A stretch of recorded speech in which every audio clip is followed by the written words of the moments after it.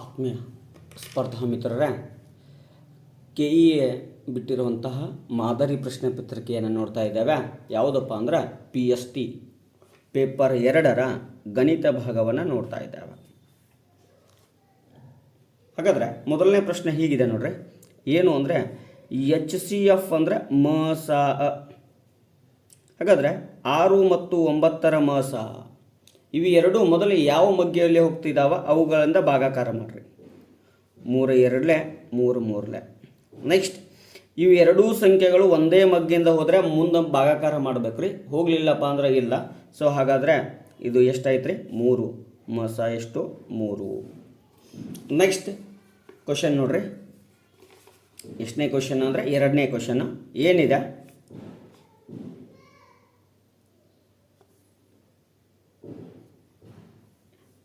ರೂಪಾ ಎಂಬ ಹುಡುಗಿ ಏನು ಮಾಡ್ಯಾಳಪ್ಪ ಅಂದ್ರೆ 3.12 kg ಸೇಬುವನ್ನು 4.34 kg ಆರೆಂಜನ್ನು ತೆಗೆದುಕೊಂಡಿದ್ದಾಳೆ.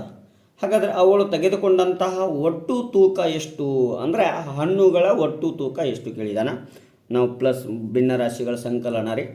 3 2 6 1 7 2 ಮಿಶ್ರ ಭಿನ್ನರಾಶಿಯನ್ನು ವಿಷಮ ಭಿನ್ನರಾಶಿಗೆ ಪರಿವರ್ತನೆ. 4 4 16 + 3 19 4 ಲಸ ತೆಗೆದ್ರೆ ಎಷ್ಟು ಬರ್ತದೆ ರೀ? 2 ಮತ್ತು 4ರ ಲಸ 4 ಆಗುತ್ತೆ. 2 2 2 4 1 2 ಒಳ್ಳೆ 14 + 19 = 33 4. ಹಾಗಾದರೆ ಇದನ್ನು ಮಿಶ್ರ ಭಿನ್ನರಾಶಿಗೆ ತೊಗೊಂಬರ್ಬೇಕು. ಹೆಂಗಪ್ಪ ಅಂದರೆ ಭಾಗಾಕಾರ ಕ್ರಿಯೆಯನ್ನು ಮಾಡಬಹುದು. 4 8 32. ಈ 8 ಭಾಗಲಬ್ಧವನ್ನು ಪೂರ್ಣಾಂಕವಾಗಿ, ಶೇಷವನ್ನು ಅಂಶವಾಗಿ, ಈ ಭಾಗಿಸಿದಂಥ 4ನ್ನು ಛೇದವಾಗಿ. ಹಾಗಾದರೆ 8.14 kg. ನೆಕ್ಸ್ಟ್ ಕ್ವಶನ್ ಬಹಳ ಸರಳವಾಗಿ ಮತ್ತು ಬಹಳ ಚಂದ ಕೇಳಿರುವಂಥ ಪ್ರಶ್ನೆ ನೋಡ್ರಿ. ಏನಪ್ಪ ಅಂದ್ರೆ ಏನು ಕೇಳಿದ ನೋಡ್ರಿ ಪ್ರಶ್ನೆ. ವ್ಯಾಲ್ಯೂವನ್ನು ಕಂಡುಹಿಡ್ರಿ ಅಂತ ಹೇಳ್ತಾನೆ. ಮೊದಲಿಗೆ ಒಂದು ರೂಟ್ ಇದೆ, ಆಮೇಲೆ ಒಂದು ರೂಟ್ ಹಾಕಿದ್ದಾರೆ, ನೆಕ್ಸ್ಟ್ x⁴ 4 ಅಂತ ಬರೆದಿದ್ದಾರೆ. ಇದನ್ನು ಈ ರೀತಿಯೂ ಬರ್ತೇವೆ. ಮೊದಲಿಗೆ ಒಂದು ರೂಟು, ಆನಂತರ ಒಂದು ರೂಟ್ ಹಾಕೋಣ. x⁴ 4 x⁻2 ಅದರ ಘಾತ 2 ಅಂತ ಬರೀಬೋದು. So square root cancel. Next ಒಳಗಿನ ಸ್ಕ್ವೇರ್ ರೂಟ್ ಕ್ಯಾನ್ಸಲ್. ಎಷ್ಟು ಉಳಿತದ್ರಿ? ಬರೀ x. ಸೊ ಸರಿಯಾದ ಉತ್ತರ ಆಪ್ಷನ್ 3. ನೆಕ್ಸ್ಟ್ ಏನು ಕೇಳಿದ್ದಾರೆ? 4ನೇದು ಸರಾಸರಿಯನ್ನು ಕಂಡುಹಿಡಿಯಿರಿ ಅಂತ ಕೇಳಿದ್ದಾರೆ. ಏನು ಕಂಡುಹಿಡಿ ಅಂದಾರೆ? 4ನೇದು ಸರಾಸರಿ. ಹಾಗಾದರೆ ಸರಾಸರಿಯನ್ನು ಕಂಡುಹಿಡಿದ ನೋಡ್ರಿ. 2.5 + 3.3 + 4.8 + 5.4 + 6.6. ಇದನ್ನು ಒಟ್ಟು ಸಂಖ್ಯೆಗಳು 5. ಇವುಗಳ ಮೊತ್ತವನ್ನು ಒಟ್ಟು ಸಂಖ್ಯೆಯಿಂದ ಭಾಗಾಕಾರ ಮಾಡಬೇಕು. ಮೊತ್ತ ಎಷ್ಟು ಬರ್ತದೆ ಅಂದರೆ 72.6 ಬರ್ತಾ ಇದೆ. ಬಾಗ್ಲೆ 5. 5 1 5 4 20. 2 ಉಳಿತು ರೀ. ಮುಂದಿನ ಸಂಖ್ಯೆ ತೊಗೋಬೇಕು ಅಂದರೆ ಬಿಂದು ಇದೆ, ಬಿಂದು ಕೊಟ್ಕೊಂಡ್ಬಿಡೋಣ. 26 ಆಗುತ್ತೆ. 5 5 25. 1 ಉಳಿತು. 0 ಬಿಂದು ಬರ್ತದೆ. 10 ಆಯಿತು. 5 2. ಹಾಗಾದರೆ 4.52. ಸರಿಯಾದ ಉತ್ತರ ಆಪ್ಷನ್ 3. 4.52. ನೆಕ್ಸ್ಟ್ 5ನೇ ಪ್ರಶ್ನೆ. 25 kg ಮತ್ತು 200 ಗ್ರಾಮ್. ಇಲ್ಲಿ ಅನುಪಾತವನ್ನು ಬರೀಬೇಕಾಗಿತ್ತು ಅಂದರೆ ಎರಡೂ ಪರಿಮಾಣಗಳು ಒಂದೇ ಆಗಿರಬೇಕು. ಹಾಗಾಗಿ 25 kgಯನ್ನು ಗ್ರಾಮ್ನಾಗ ಬರ್ಕೊಳ್ಳೋಣ. ಎಷ್ಟಾಗ್ತದೆ ಅಂದರೆ 25,000 ಗ್ರಾಮ್ ಆಗುತ್ತೆ. ಹಾಗಾದರೆ 25,000 ಅನುಪಾತ 200. ಇವೆರಡು ಜೀರೋ ತೆಗೆದುಬಿಡೋಣ್ರಿ. 2 1 ಅನುಪಾತಕ್ಕೆ 2 125. ಅಂದರೆ 250ನ್ನು 2ರಿಂದ ಭಾಗಾಕಾರ ಮಾಡ್ದಂಗೆ. ಹಾಗಾದರೆ 125 ಅನುಪಾತ 1. ನೆಕ್ಸ್ಟ್ 6ನೇ ಪ್ರಶ್ನೆ ಹೀಗಿದೆ ನೋಡ್ರಿ. ಒಂದು ವಸ್ತುವನ್ನು ತೆಗೆದುಕೊಳ್ತಾ ಇದ್ದಾನೆ. ಎಷ್ಟಕ್ಕೆ? 1,000 ರೂಪಾಯಿ ಕೈತಿ ಅದು ವಸ್ತು. ಆ ವಸ್ತುವಿನ ಮೇಲೆ ಜಿ ಎಸ್ ಟಿ ಐತಿ. ಎಷ್ಟು ಐತಿಪ್ಪ ಅಂದರೆ 12% ಐತಿ. ಹಾಗಾದರೆ ಜಿ ಎಸ್ ಟಿ ಸೇರಿದಾಗ ಆ ವಸ್ತುವಿನ ಮಾರಿದ ಬೆಲೆ ಎಷ್ಟಾಗ್ತದ ನೋಡ್ರಿ. ಒಂದು ವಸ್ತು 100 ರೂಪಾಯಿ ಐತಿ ಅಂದರೆ ಜಿ ಎಸ್ ಟಿ ಸೇರಿದರೆ 112 ರೂಪಾಯಿ ಆಗ್ತದೆ. ಹಾಗಾದರೆ ಒಂದು ವಸ್ತುವಿನ ಬೆಲೆ 1000 ರೂಪಾಯಿ ಐತಿ, ಹಾಗಾದರೆ ಎಷ್ಟು ರೂಪಾಯಿಗೆ ಮಾರಾಟ ಮಾಡಬೇಕು? 1000 ಇಂಟು 112 ಬಾಗ್ಲೆ 100, ಈ 0 2 0. ಹಾಗಾದರೆ 10 ಇಂಟು 112 ಗುಣಾಕಾರ ಮಾಡಿದಾಗ 1120 ರೂಪಾಯಿ ಬರ್ತಾ ಇದೆ. 1120. ಸೊ ಸರಿಯಾದ ಉತ್ತರ ಯಾವುದಪ್ಪ ಅಂದ್ರೆ ಆಪ್ಷನ್ 1. ನೆಕ್ಸ್ಟ್ 7ನೇ ಪ್ರಶ್ನೆಯನ್ನು ನೋಡ್ರಿ. ಎರಡು ಸಂಖ್ಯೆಗಳ ಗುಣಲಬ್ಧ k² + k ಆಗಿದೆ. ಎರಡು ಸಂಖ್ಯೆಗಳ ಗುಣಲಬ್ಧ k² + k ಆಗಿದೆ. ಹಾಗಾದರೆ ಆ ಎರಡೂ ಸಂಖ್ಯೆಗಳು ಯಾವುವು? ಇಲ್ಲಿ ಅಪವರ್ತಿಸುವಿಕೆ ವಿಧಾನ ಹೋಗಬೇಕು. ಕೆ ಸಾಮಾನ್ಯ ಪದ ಅಂದರೆ k² ಅಂದರೆ k ಇಂಟು k ಅಂದಂಗೆ ಪ್ಲಸ್ ಕೆ ಸಾಮಾನ್ಯ ತೆಗಿತೀನಿ ರೀ, ಉಳಿದಿದ್ದು ಕೆ ಪ್ಲಸ್ ಕೆ ತೆಗೆದ್ರೆ ಇಲ್ಲಿ ಸಂಖ್ಯಾ ಸಗುಣಕ್ಕೆ ಏನಿಲ್ಲ ಅಂದ್ರೆ ಎಷ್ಟಿರ್ತದೆ? 1 ಇರ್ತದೆ. ಹಾಗಾದ್ರೆ ಆ ಎರಡೂ ಸಂಖ್ಯೆಗಳು ಯಾವ ರೀ? k and k+1. k and k+1. Next ಪ್ರಶ್ನೆಯನ್ನು ನೋಡೋಣ. 8ನೇ ಪ್ರಶ್ನೆ. ಅವ ಏನು ಹೇಳಕತ್ತಾನಪ್ಪ ಅಂದ್ರೆ 8ನೇ ಪ್ರಶ್ನೆಗೆ ಒಂದು ಸಂಖ್ಯೆಯ 4ನೇ ಒಂದು ಭಾಗವು, ಒಂದು ಸಂಖ್ಯೆಯ 4ನೇ ಒಂದು ಭಾಗವು 7ಕ್ಕಿಂತ 3 ಹೆಚ್ಚಾದರೆ, 7ಕ್ಕಿಂತ 3 ಹೆಚ್ಚಾದರೆ ಆ ಸಂಖ್ಯೆ ಯಾವುದು?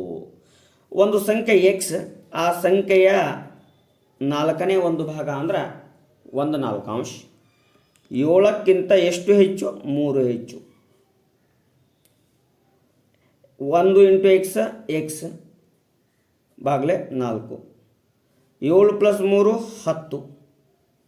X = 10 into 4. ಹಾಗಾದರೆ ಎಷ್ಟಾಗ್ತದೆ ರೀ? ಇದು 40. ಸೊ ಸರಿಯಾದ ಉತ್ತರ ಆಪ್ಷನ್ 4, 40. ನೆಕ್ಸ್ಟ್ 9ನೇ ಪ್ರಶ್ನೆಯನ್ನು ನೋಡೋಣ. 9ನೇ ಪ್ರಶ್ನೆ. 2^30 ಬಾಗ್ಲೆ 2^15 ಇಂಟು 2^3 ಈ ರೂಪದಲ್ಲಿ ಬರಿಬೇಕು. ಹಾಗಾದರೆ 2^30 ಇಂಟು 2^15 ಛೇದದಿಂದ ಅಂಶಕ್ಕೆ ಬಂದರೆ -15 ಆಗುತ್ತಾ, ಇಂಟು 2^3. 2 ಬ್ರಕೆಟ್ ಇದೆ, ಬ್ರಕೆಟ್ ಹಾಕಿಬಿಡೋಣ. 30ರಲ್ಲಿ 15 ಹೋದರೆ 15 ಉಳಿತದೆ, ಇಂಟು 2^3. ಹಾಗಾದರೆ 2^15 + 3 ಎಷ್ಟಾಗತ್ತೆ ರೀ? 18. ಅಂದರೆ a⁻m into a⁻n = a⁻m + n ಘಾತಾಂಕದ ನಿಯಮದ ಪ್ರಕಾರ. ಹಾಗಾದರೆ ಆಪ್ಷನ್ 2 ಸರಿಯಾದ ಉತ್ತರ. ನೆಕ್ಸ್ಟ್ ನೋಡ್ರಿ 10ನೇ ಪ್ರಶ್ನೆ. x² - a + bx + a into b ಇದರದ ಫ್ಯಾಕ್ಟರ್ಸ್ ಅಂದರೆ ಅಪವರ್ತನಗಳು ಯಾವುವು ಅಂತ ಕೇಳ್ತಿದ್ದಾನೆ. ಅಪವರ್ತನಗಳು. ಸೊ ಅಪವರ್ತನಗಳನ್ನು ಇಲ್ಲಿ ಗುಣಿಸ್ಕೋತುಕೊಂಡುವಂಥ ಅವಶ್ಯಕತೆ ಇಲ್ಲ, ನೇರವಾಗಿ ಬಿಡಿಸ್ಬೋದು. ಹೆಂಗೆ? x² - a into x ax plus into minus b into x bx plus ab. ಇಲ್ಲಿ x ತೆಗೆದ್ರೆ x - a ಉಳಿಯುತ್ತೆ, ಮೈನಸ್ b ತೆಗೆದ್ರೆ x minus into plus minus a. ಹಾಗಾದರೆ ಒಂದು x - a ಸಾಮಾನ್ಯ ಅಪವರ್ತನ, ಇನ್ನೊಂದು x - b ಸಾಮಾನ್ಯ ಅಪವರ್ತನ. ಹಾಗಾದರೆ x - a ಮತ್ತು x - b option 3 ಸರಿಯಾಗಿರುವುದು.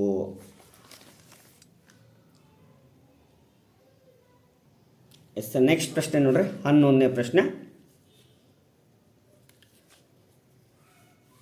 x⁴ - 9 x⁴2 ಅದರ ಘಾತ 3 ಪ್ಲಸ್ 5x - 9ರ ಗರಿಷ್ಠ ಘಾತ, ಬಹುಪದೋಕ್ತಿಯ ಗರಿಷ್ಠ ಘಾತ. x⁴ - 9 x ಘಾತ ಇವೆರಡು ಗುಣಾಕಾರ ಮಾಡ್ಬೇಕ್ರಿ. 2 3 6 ಪ್ಲಸ್ 5x - 9. ಹಾಗಾದರೆ ಇಲ್ಲಿ ಗರಿಷ್ಠ ಘಾತ ಎಷ್ಟೈತ್ರಿ? 6 ಐತಿ. ಹಾಗಾದರೆ ಇದರ ಉತ್ತರ ಯಾವುದು ಅಂದರೆ 6. ಸರಿಯಾದ ಉತ್ತರ ಆಪ್ಷನ್ 1. ನೆಕ್ಸ್ಟ್ ಪ್ರಶ್ನೆ ನೋಡ್ರಿ. The statement that not satisfy the Euclid ಯುಕ್ಲಿಡ್ನ ಸ್ವಯಂ ಸಿದ್ಧಗಳಲ್ಲಿ ಒಂದು ತಪ್ಪಾಗಿದೆ ಅಂತ ಕೇಳ್ತಿದ್ದಾನೆ. ಒಂದೇದು ಏನೈತಪ್ಪ ಅಂದ್ರೆ, if equals are added to equals the wholes are equal. ಅಂದರೆ ಸಮ ಅಂಶಕ್ಕೆ ಒಂದೇ ಅಂಶವನ್ನು ಅಥವಾ ಸಮ ಅಂಶವನ್ನು ಕೂಡಿದಾಗ ಮೊತ್ತವು ಸಮನಾಗಿರುತ್ತದೆ. ಸರಿ ಐತಿ. Things which are equal to the same things are equal to any other. ಸಮನಾದ ಅಂಶಗಳು ಒಂದಕ್ಕೊಂದು ಸಮನಾಗಿರುತ್ತವೆ. ಇದು ಸರಿ ಇದೆ. Next, if equals are subtracted from equals then remainders are equal. ಅಂದರೆ ಸಮ ಅಂಶಗಳಲ್ಲಿ ಒಂದೇ ಅಂಶವನ್ನು ಅಥವಾ ಸಮ ಅಂಶವನ್ನು ಕಳೆದಾಗ ಉಳಿದ ಭಾಗಗಳು ಸಮನಾಗಿರುತ್ತದೆ. ಇದು ಸರಿ ಐತಿ. The holes is lesser than its part. ಇದು ತಪ್ಪಾಗೈತಿ. ಯಾಕಪ್ಪ ಅಂದ್ರೆ ಇವ ಏನು ಹೇಳ್ತಾನಂದ್ರೆ, ಪೂರ್ಣವು ಅದರ ಭಾಗಕ್ಕಿಂತ ಚಿಕ್ಕದು ಅಂತ ಹೇಳ್ತಿದ್ದಾನೆ. ತಪ್ಪು. ಪೂರ್ಣವು ಅದರ ಭಾಗಕ್ಕಿಂತ ದೊಡ್ಡದು ಸರಿಯೇ ಅದ ಹೇಳಿಕೆ. ಬಟ್ ಇಲ್ಲಿ ಹೇಳಿರುವುದು ಪೂರ್ಣವು ಅದರ ಭಾಗಕ್ಕಿಂತ ಚಿಕ್ಕದು ಅಂತ ಹೇಳಿದ್ದಾನೆ. ಹೀಗಾಗಿ ಅದು ತಪ್ಪಾಗುತ್ತಾ. ನೆಕ್ಸ್ಟ್ ಪ್ರಶ್ನೆ ನೋಡ್ರಿ, 13ನೇ ಪ್ರಶ್ನೆ ಏನು ಕೊಟ್ಟಿದ್ದಾನ್ರಿ? ಒಂದು ಸರಳ ರೇಖೆಯ ಮೇಲೆ ಒಂದು ಕಿರಣವು ನಿಂತಾಗ. ಅರ್ಥ ಮಾಡ್ಕೊಳ್ರಿ, ಒಂದು ಕಿರಣವು ನಿಂತಾಗ ಇದನ್ನು ಸರಳ ಯುಗ್ಮ ಅಂತ ಕರಿತೇವೆ. ಇವು ಎರಡೂ ಕೋನಗಳ ಮೊತ್ತ 180 ಡಿಗ್ರಿ ಸಮ ಆಗಿರಬೇಕು. ಹಾಗಾದರೆ ಒಂದನೇ ಕೋನ 3x + 10 ಡಿಗ್ರಿ ಇದೆ, ಪ್ಲಸ್ ಎರಡನೇ ಕೋನ 4x - 26 ಡಿಗ್ರಿ ಇದೆ, = 180 ಡಿಗ್ರಿ. 3x + 4x ಸಜಾತಿ ಪದಗಳ ಸಂಕಲನ 7x. 10ರಾಗ 26 ಕಳೆಯಕ್ಕೆ ಬರಲ್ಲ. 26ರಾಗ 10 ಕಳೆದ್ರೆ 16 = 180 ಡಿಗ್ರಿ. 7x = 180 ಡಿಗ್ರಿ ಮೈನಸ್ 16 ಕಳೆದ್ರೆ plus 16 degree. 7x = 196 degree. x = 196 degree divided by 7. 7 1 7 2 14, 5 ಉಳಿತು. 7 8 56. ಹಾಗಾದರೆ x = ಎಷ್ಟು ಡಿಗ್ರಿ ರೀ? 28 ಡಿಗ್ರಿ ಆಯಿತು. ಇನ್ನು ಯಾವ ಕೋನ ಕೇಳಿದಾನ್ರಿ ಅವ? ಬಿ ಒ ಸಿ ಈ ಕೋನ ಕೇಳಿದಾನ. ಈ ಕೋನ ಏನೈತಿ? 4x - 26 degree. 4 × 28 - 26 ಡಿಗ್ರಿ. 4 8 32, 32, 3 ಉಳಿತು. 4 2 8, 1 3, 112 -26. ಹಾಗಾದರೆ ಕಳೆದಾಗ ಎಷ್ಟು ಡಿಗ್ರಿ ಬರ್ತದೆ? 86 ಡಿಗ್ರಿ. ಸರಿಯಾದ ಉತ್ತರ 86 ಡಿಗ್ರಿ. ನೆಕ್ಸ್ಟ್, ಇಲ್ಲಿ ತ್ರಿಭುಜವನ್ನು ಕೊಟ್ಟಿದ್ದಾನೆ. ಆ ತ್ರಿಭುಜದಲ್ಲಿ ಏನು ಕೇಳ್ಯಾನ ಅಂದರೆ SAS ಮೀನ್ಸ್ ಕೋನ, ಬಾಹು ಸಿದ್ಧಾಂತದ ಮೇಲೆ ಅಂತ ಕೇಳಿದಾನೆ ರೀ. ಹಾಗಾದರೆ ಇಲ್ಲಿ ರಚನೆಯನ್ನು ಮಾಡ್ಕೋಬೇಕು. ಏನು? ಒಂದು ತ್ರಿಭುಜ ರಚನೆ ಮಾಡ್ಕೊಳ್ತಾ ಇದ್ದಾನೆ ರೀ. ಯಾವ ತ್ರಿಭುಜ? ABC. ಇನ್ನೊಂದು ತ್ರಿಭುಜ ರಚನೆ ಮಾಡ್ಕೋತಾ ಇದ್ದಾನೆ ರೀ. ಯಾವ ತ್ರಿಭುಜ? PQR. ಇಲ್ಲಿ ಕೋನ ಬಿಗೆ ಕೋನ ಪಿ ಸಮ ಆಗೈತಿ. ಹಾಗಾದರೆ ಇದರ ಅಭಿಮುಖ ಬಾಹು ಯಾವುದು? AC. ಇದರ ಅಭಿಮುಖ ಬಾಹು ಯಾವುದು? QR. AC ಮತ್ತು QR ಸಮಾನುಪಾತದಲ್ಲಿ ಇರಬೇಕು. ನೆಕ್ಸ್ಟ್ ಹೇಳಿದಾನೆ ರೀ, BC = PR. BC = PR. ಹಾಗಾದರೆ ಇಲ್ಲಿ ಕೋನ Q, ಇಲ್ಲಿ ಕೋನ A ಸಮ ಆಗಬೇಕು. ನೆಕ್ಸ್ಟ್ ಯಾವುದು ಉಳಿತ್ರಿ? ಕೋನ ಸಿಗೆ ಅಭಿಮುಖ ಬಾಹು ಯಾವುದು? AB. ಈ ಕೋನ ಸಿಗೆ ಕೋನ R, ಅದರ ಅಭಿಮುಖ ಯಾವುದು? QP ಅಥವಾ PQ. QP ಅಥವಾ PQ. ಹಾಗಾದರೆ ಸಮನಾದ ಬಾಹು ಯಾವುದು? AB = QP. ನೆಕ್ಸ್ಟ್ 15 ನೋಡ್ರಿ. ABCD is a rhombus such that cone ACB = 40 degree. Then measure of the cone ADB. ಒಂದು rhombus means ವಜ್ರಾಕೃತಿ. ವಜ್ರಾಕೃತಿಯ 4 ಬಾಹುಗಳು ಸಮ ಅಭಿಮುಖ ಕೋನಗಳು ಸಮ. ಹಾಗೆ ಕರ್ಣಗಳು ಕೋನಾರ್ಧಕಗಳಾಗಿರುತ್ತವೆ. A B C D. Right ರೀ. ಇನ್ನು ನೋಡ್ರಿ, ಕೋನ್ A C B, A C B ಈ ಕೋನ ಕೊಟ್ಟಾನ. ಎಷ್ಟು ರೀ? 40. ಎಷ್ಟು ಕೊಟ್ಟಾನ್ರಿ? 40 ಡಿಗ್ರಿ. ಅರ್ಥ ಮಾಡ್ಕೊಳ್ರಿ, ಇಲ್ಲಿ ಲಂಬಾರ್ಧಕ ತೆಗೆದೀವಿ ಅಂದ್ರೆ ಇಲ್ಲಿ ಕೋನ ಎಷ್ಟಾಗ್ತದೆ? 50 ಡಿಗ್ರಿ ಆಗ್ತದೆ. ಯಾಕೆ? ತ್ರಿಭುಜದ ಒಳಕೋನಗಳ ಮೊತ್ತ 180 ಡಿಗ್ರಿಗೆ ಸಮನಾಗಿರ್ತಾ ಇದೆ. ಹಾಗಾದರೆ ಇದು 50 ಆಗಿದೆ ಅಂದ್ರೆ ಇದು ಕೂಡ ಎಷ್ಟಾಗ್ತದೆ ರೀ? 50 ಆಗ್ತದೆ. ಯಾಕೆ? ಪರ್ಯಾಯ ಕೋನಗಳು. ಹಾಗಾದ್ರೆ ಯಾವ ಕೋನ ಕೇಳ್ಯಾನ ನೋಡ್ರಿ ಅವ? A D B. A D B ಎಷ್ಟು ಡಿಗ್ರಿ ರೀ? 50 ಡಿಗ್ರಿ.